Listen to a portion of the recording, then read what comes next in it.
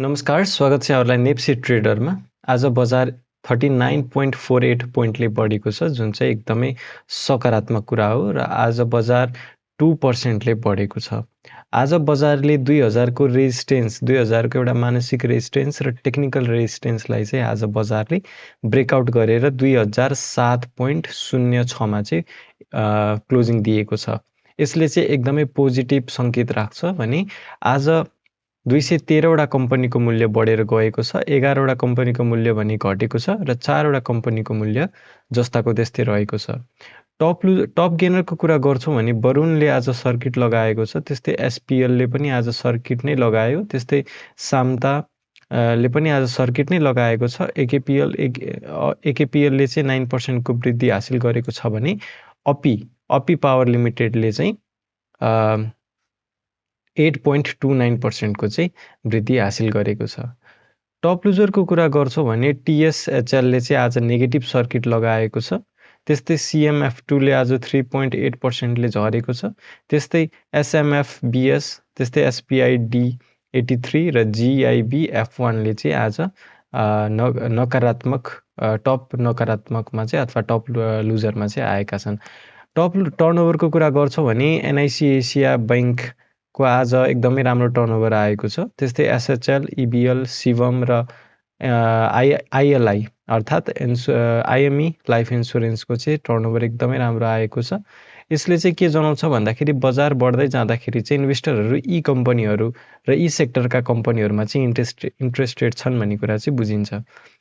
भोल्युमको आधारमा हेर्छौं भने एसएईएफ एउटा म्युचुअल फन्ड रहेको छ, यसको आज राम्रो कारोबार भएको छ, त्यस्तै एचडीएचपीसी, एलएसएल, एसएचएल, एलईसी मा चाहिँ भोल्युम एकदमै राम्रो देखिएको छ। ट्रान्जेक्सन वाइज हेर्छौं भने आईएलआई, गोराई सिमेन्ट, एमईएल, शिवम, एनआरएम यी कम्पनीहरुमा चाहिँ ट्रान्जेक्सन राम्रो देखिएको छ। सेक्टर वाइज कुरा गर्छौं भने आज बैंकिङ इन्डेक्स झन्डै 1% ले बढेको छ, 0.99%। डेभलपमेन्ट बैंक 2.88% ले बढेको छ। फाइनान्स आज सबसे ज्यादा हुन सक्छ। ओके, हाइड्रो पावर पनि आज राम्रो बढेर गएको छ। फाइनान्स 3.2% ले बढेर गएको छ। होटल एन्ड टुरिज्म 2.87 ले बढेको छ। हाइड्रो पावर 3.62% ले बढेको छ। यो पालि चाहिँ अब हाइड्रो पावरमा राम्रो उछाल आउँछ कि भन्ने अपेक्षा चाहिँ हामी गर्न सक्छौं। इन्भेस्टमेन्ट 1.7% ले बढेको छ। लाइफ इन्स्योरेन्स 2.54% ले बढेको छ। म्यानुफ्याक्चरिङ एन्ड प्रोसेसिङ 2% ले, माइक्रो फाइनान्स 1.94% ले आज धेरै पछि माइक्रो फाइनान्समा अलिकति पोजिटिभ देखिएको छ। म्युचुअल फन्ड एकदमै झिनो अङ्कको वृद्धि छ, 0.01% को। नन लाइफ 2.29% को वृद्धि छ, बढेको छ। त्यस्तै अदर इन्डेक्स 2.15% ले बढेको छ र ट्रेडिङ इन्डेक्स भने 2.01% ले बढेको छ। आज हेर्छौं भने सबै सेक्टरहरू आज बढेको छ। सबसे धेरै बढ्नेमा चाहिँ आज हाइड्रो पावर रहेको छ भने दोस्रोमा चाहिँ फाइनान्स र त्यस्तै गरी अरू हेर्छौं भने चाहिँ माइक्रो फाइनान्स पनि निकै राम्रो बढेको छ। नन लाइफमा राम्रो देखिएको छ। लाइफ इन्स्योरेन्स पनि एकदमै राम्रो देखिएको छ। त्यस्तै होटल एन्ड टुरिज्म पनि राम्रो देखिएको छ र डेभलपमेन्ट बैंक।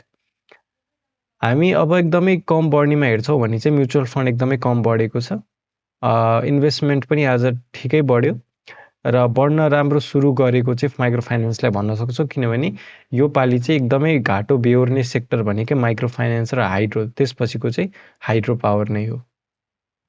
अब टेक्निकली के कस्तो देखिन्छ बजारमा भन्दाखेरि चाहिँ मैले के भनेको थिएँ भन्दाखेरि यो भन्दा अगाडिको भिडियो मैले यो रेड क्यान्डल बन्दाखेरिको चाहिँ मैले टेक्निकल एनालिसिस भिडियो बनाउन मैले पाइन, तर पनि आज सबैलाई समेटेर हेर्दाखेरि चाहिँ के देखिन्छ भन्दाखेरि एउटा प्यारलल च्यानल यदि हामी ड्र गर्छौं भने त्यसको चाहिँ ब्रेकआउट चाहिँ भइसकेको छ है। कन्फर्मेसनको लागि चाहिँ अब आजै कन्फर्मेसन आयो, हिजो पनि आएको चाहिँ थिएन हैन।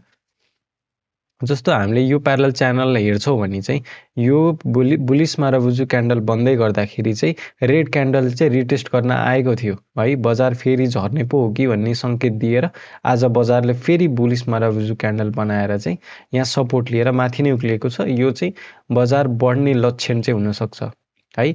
र एमएससीडी पनि आज हेर्छौं भने आज पक्कै पनि बाइ सिग्नल दिइसकेको हुनुपर्ने छ। मैले हेरेको छैन। ल आजकै दिनबाट चाहिँ 22 सिग्नल पनि आइसकेको छ एमएसिडीमा। भनेपछि बजार एकदमै सकारात्मक छ। 2000 को रेजिस्टेन्सलाई पनि यसले पार गरेर 2007 मा सपोर्ट लिएको छ। अब यो 2000 को पोइन्ट चाहिँ अब सपोर्टको काम गर्नुपर्ने हुन्छ। अलिकति बढेर जाँदा फेरि घटेर यदि यसरी नै रिटेस्ट गर्छ भने 2000 मा सपोर्ट लिनुपर्ने चाहिँ देखिन्छ। र एमएसिडी अनुसार पनि हेर्छौँ भने धेरै लामो समयको करेक्सन पश्चात आज चाहिँ 22 सिग्नल आएको छ। यो चाहिँ अब भ्यालिड हुने चान्स चाहिँ एकदमै ज्यादा छ। भ्यालिड हुनको लागि हामीले अरू इन्डिकेटरहरू पनि हेर्न सक्छौँ। जस्तै आरएसआई हेर्छौँ। आरएसआई हेर्छौँ भने आरएसआई 49.7 मा पुगेको छ। यो चाहिँ किन्नको लागि नयाँ बायर हुनुहुन्छ, तपाईँले किन्न छुटाउनु भएको छ अथवा किन्ने सोच्दै हुनुहुन्छ भने चाहिँ यो पर्फेक्ट राइट अपर्च्युनिटी हुनसक्छ तपाईँहरूको लागि। सो बजारमा केही कमाउनु छ भने चाहिँ यही बेला लगानी गर्ने हो हामीले। त्यस्तै हामी अर्को बोलिङ्गर ब्यान्ड लगाएर हेर्छौँ भने चाहिँ बोलिङ्गर ब्यान्ड अनुसार पनि यसको मिडल ब्यान्डलाई चाहिँ ब्रेकआउट दिइसकेको छ। यो पनि एउटा पोजिटिभ कुरा हो। र यसरी नै जाँदाखेरि यसको फर्स्ट टार्गेट मिट हुने भनेको चाहिँ अप्पर ब्यान्डमा हो। अप्पर ब्यान्डमा चाहिँ 2050 को हाराहारीमा चाहिँ यसको एउटा रेजिस्टेन्स देखिन्छ भने यसलाई घचेट्दै माथि जाने सम्भावना पनि हुन्छ। त्यति बेलासम्मको लागि चाहिँ हामीले 2050 मा चाहिँ एउटा सप्लाई चाहिँ आउन सक्छ भन्ने कुराको लागि मेन्टालिटी चाहिँ हामीले बनाउनु पर्ने हुन्छ। यदि तपाईँले योभन्दा यही मूल्यमा अथवा अलिकति सस्तोमा भोलिको दिनमा किन्न पाउनु भयो भने किन्नु होला। नत्र किन्न छुटाउनु भयो भने चाहिँ एउटा करेक्सन फेरि हामीले अपेक्षा गर्न सक्छौँ। त्यसपछि पनि हामीले किन्दाखेरि खासै घाटो चाहिँ हुँदैन। कन्फर्मेसनको लागि हेर्छौँ भने आरएसआई पनि पोजिटिभ छ। एमएसिडीले 22 सिग्नल दिइसकेको छ र बोलिङ्गर ब्यान्ड पनि खुम्चिने क्रममा छ। यो खुम्चिँदै गर्दाखेरि माथितिर कि तलतिर चाहिँ एउटा ब्रेकआउट दिनुपर्ने सङ्केत देखिन्छ भने अरू इन्डिकेटरले पनि पोजिटिभ नै सङ्केत गरेको कारणले यो चाहिँ माथि नै घचेडेर माथि बढ्ने सम्भावना चाहिँ एकदमै ज्यादा छ। यो सबै सम्भावनाको कुराहरू हुन्। तपाईँहरू अलिकति अनुसन्धान र स्टडी चाहिँ आफू पनि गर्नु होला। हस्त आजलाई यति नै। भिडियो कस्तो लाग्यो मन परेमा लाइक गरिदिनु होला। केही सरसुझाव छ भने चाहिँ कमेन्टमा बताइदिनु होला र च्यानलमा नयाँ हुनुहुन्छ भने चाहिँ सब्सक्राइब गरिदिनु होला। हस्त आजलाई यति नै। भोलिको दिनमा फेरि भेट्नेछौँ। धन्यवाद।